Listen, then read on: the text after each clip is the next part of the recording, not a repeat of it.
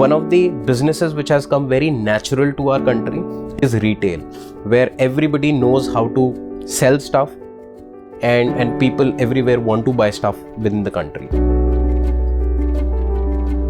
The question is about predicting the human behavior in the physical spaces, which means that if that lady comes in shopping malls and says that I want to buy a red dress and I wouldn't tell you, what is my likelihood to predict what is her liking?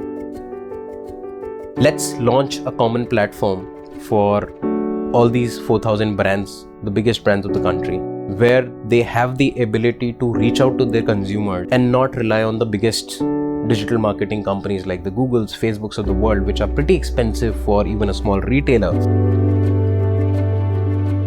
This initiative was launching India's first digital app, Lookout.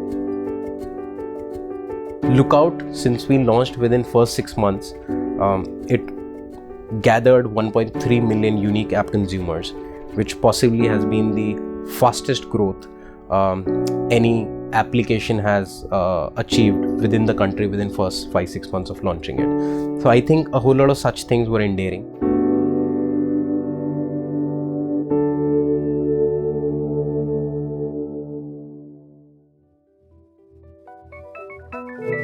नमस्कार, नाम से शुरुआत करते हैं। मेरा नाम हर्षवर्धन सिंह चौहान है। I was born in the capital city of Jaipur, Rajasthan, and since my father was in a transferable job, my childhood was spent in almost all the cities of Rajasthan. So कुछ समय बीकानेर में बिताया, कुछ समय भरतपुर में बिताया, and coincidentally, while I was born and brought up all my life in Rajasthan or Jaipur particularly, but since my father was deputed in Aligarh, तो अलीगढ़ मेरी जन्मस्थली बन गई है. So कुछ traits in life and in behavior I get from Uttar Pradesh, something I get from Rajasthan, and post that, since by the virtue of my education and jobs, I've stayed across the country, south of India, west of India, Mumbai, Bangalore, Delhi, Gurgaon. So it's been like feeling each part of the country, working there and interacting with all sorts of people. Academically, I did my bachelor's in computer science engineering. 4 साल engineering college में, जो typically एक computer science engineer सीखता है, coding, a lot of mathematics, statistics. 4 साल बाद पहली बार ये realize होता है कि जो 4 साल पढ़ा वो शायद मुश्किल ही काम आ पाएगा. But nonetheless, you go with the groove. So I had my own times of figuring it out what I really wanted to do in life. After engineering, I think I wanted to do a whole lot of things, with again milestone driven. Like I wanted to sit for UPSC, which I did. I wanted to possibly get into civil services, which I also attempted to a fair extent. And over a period of time, as life teaches you, I did learn what are my skill sets that I'm gathering in this entire journey. कुछ अच्छे, कुछ बुरे, and gradually developed certain interest areas, strengths, which allowed me to really create something of value which I'm passionate about. And that's where I found myself in very initial days at the office of one of the biggest Indian conglomerates called ITC. They had launched a new product called Bingo in their packaged snack food category, and they were trying to figure out how do they distribute it against competition, which was like the leader in the industry for last 10 years. So that opportunity allowed me to view traditional things about businesses, sales and distribution, trying to revamp the distribution model there, and then eventually spend some time with some companies, shorter stints with like Levers, Reckitt Benckiser on product strategy. My biggest learning, one of the biggest learnings post that came from Godrej, where I spent 5 years working, heading trade marketing function, leading a category, trying to solve establishment of a bigger brand pan-India, and then eventually getting into a strategy role. After spending 5 years with Godrej, I think I had a realization that with what all I have learned for all these years, I really want to create something which is a certain kind of disruption within the industry. Retail was always the calling, or let me say consumers have always been the calling. Anything that solves a consumer problem using technology, using innovation, using disruption. Post shop clues, which was one of the most enriching stints for me professionally, I think I was driven towards a thought leadership, and the thought leadership essentially was transforming the entire retail industry in India. And my drive essentially came from two data points. When I looked at a neighboring country like China, their retail economy was somewhere trending around $5.6 trillion. And in India, we were around $560 billion. So when I said that it's a 100x kind of difference that you have from the best one, what exactly do you do to make or bridge that kind of large gap? And when we look at the journey of retail in India, retail is something that's the most common business in India. We call it retail, but it's as simple as that.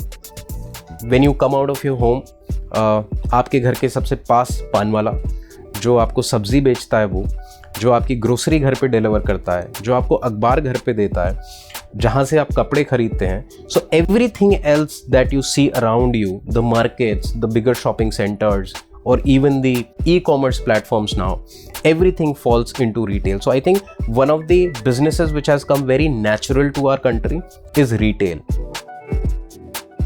So that's when a thought leadership came in, which was called Phygital. Now, Phygital is nothing but a portmanteau or a mixture of physical and digital, where we say that what is the future of retail 20 years down the line. So let's imagine there's a lady who goes to a mall or a shopping center, and she says that, you know what, I have a red dress on my mind, but I will not tell you that I have this on mind. As a retailer or as a shopkeeper, it's your job to predict or know what's on my mind. Are people talking like that these days? Yes, I think the millennials who are born, for them WhatsApp is a default. They get exposed to a default behavior of Google, where things are of high technology or high experience, very experiential rather. So that's where such things in future are very predictable.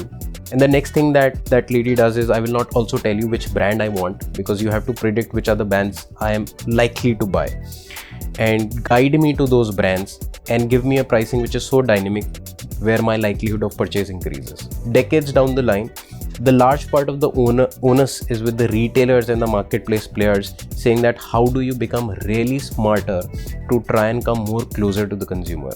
And in order to do that, you could be leveraging on a large part of technology that is disrupting these days, right from artificial intelligence to use of Internet of Things, to possibly disrupting the big data space and becoming more data centric and more consumer centric to solve those problems. That problem statement or that drive essentially brought me to DLF shopping malls.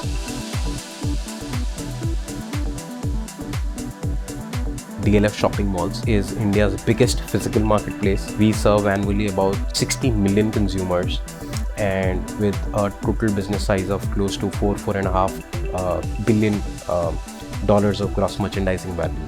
The sheer fact is that when you really look at 60 million people shopping day in and day out, and then the repeat percentage are astounding, something close to 40%, which means that 4 out of every 10 people come to us every month, and they repeat that month on month, year long. The ability to create an experience that is very impactful for all of these consumers, I think that was one of the missions that I took in before coming to DLF shopping malls. In last 2 years, the journey has been again very enriching in terms of large amount of work in disrupting the payment space in the offline. It's easy to see payments disruption within the digital scenario, where we see wallets and we see payments bank, and when we see a whole lot of other credit card and debit card players. But nobody so far had disrupted the payment space for the offline retailers. So we were able to disrupt that for 3,800 biggest brands of the country in an offline space. The ability for them to have very seamless payments, the ability for them to give instant cashbacks without any online identity within their physical spaces that they used to operate. The second thing was trying to become intuitively smarter, which was the essence of Phygital, where we went back to saying that let's look around and say who's the most smartest around us. And the obvious name comes, Google is smart. Facebook is smart, and the reason is that because they know a lot about us, and that primarily comes from the fact that since they track a large amount of online behavior or browsing history, they are more closer to predicting a consumer behavior. But then we said that the question is about predicting the human behavior in the physical spaces, which means that if that lady comes in a shopping malls and says that I want to buy a red dress and I wouldn't tell you, what is my likelihood to predict what is her liking? And in order to make physical spaces intuitively smarter, we ended up innovating a IoT solution. We literally deployed microprocessors across 165,000 square feet of area across large parts of north of India, primarily achieving a less than a meter kind of granularity with which we know our consumers, which basically means that when our consumers come to our shopping malls or shopping centers, we are able to fairly predict their behavior in terms of whether they to cosmetic stores, whether they go to international stores, or whether they like Indian ethnic wear, and we are able to customize and curate an experience which is something that is very personalized to them. From the consumer standpoint, it is really surreal where as consumers we want that experience to be very personalized, where we want our retailers or the shopkeepers to know us, know our behaviors. It is not something new that we're expecting as consumers. I think if we go back 40 years down the line, the reason that our parents wanted to go to that same halwai for the longest time is because the way he knew us, the way he knew what we want to order, and that created a sense of loyalty. But as we have moved into the digital age, I think a large part of this is about how do you solve that particular problem at much more scale, with much more economies, and the ability to do it for all consumers, all retailers.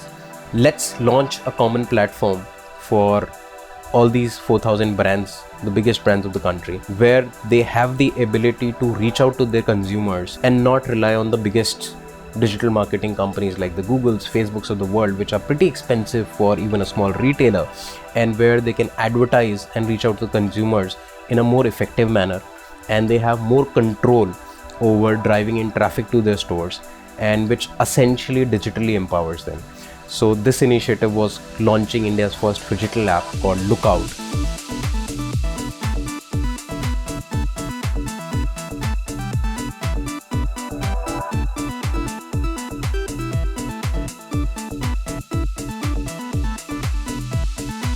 Since we launched within first 6 months, it gathered 1.3 million unique app consumers, which possibly has been the fastest growth any application has achieved within the country within first 5-6 months of launching it. Now we've taken the phygital journey to a next level where we are really looking towards making the impact in a much bigger fashion, saying that how do we collaborate with governments and larger opinion forums and trade organizations to impact policy making in the country, which really disrupts or bolsters the future of retail.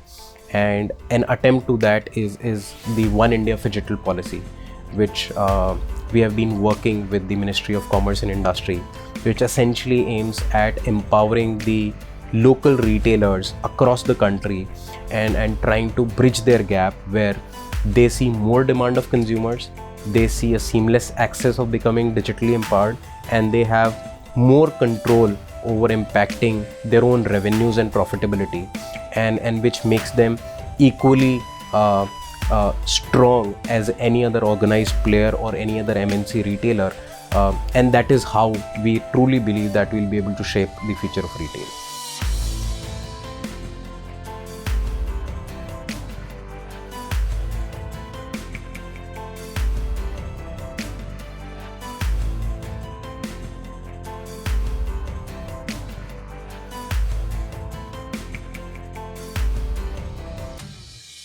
In businesses, I think as an individual professional life, 3 things that would really set us apart. One, first and foremost, would be passion, which is basically a push towards something that you really love to do, commitment towards the goal.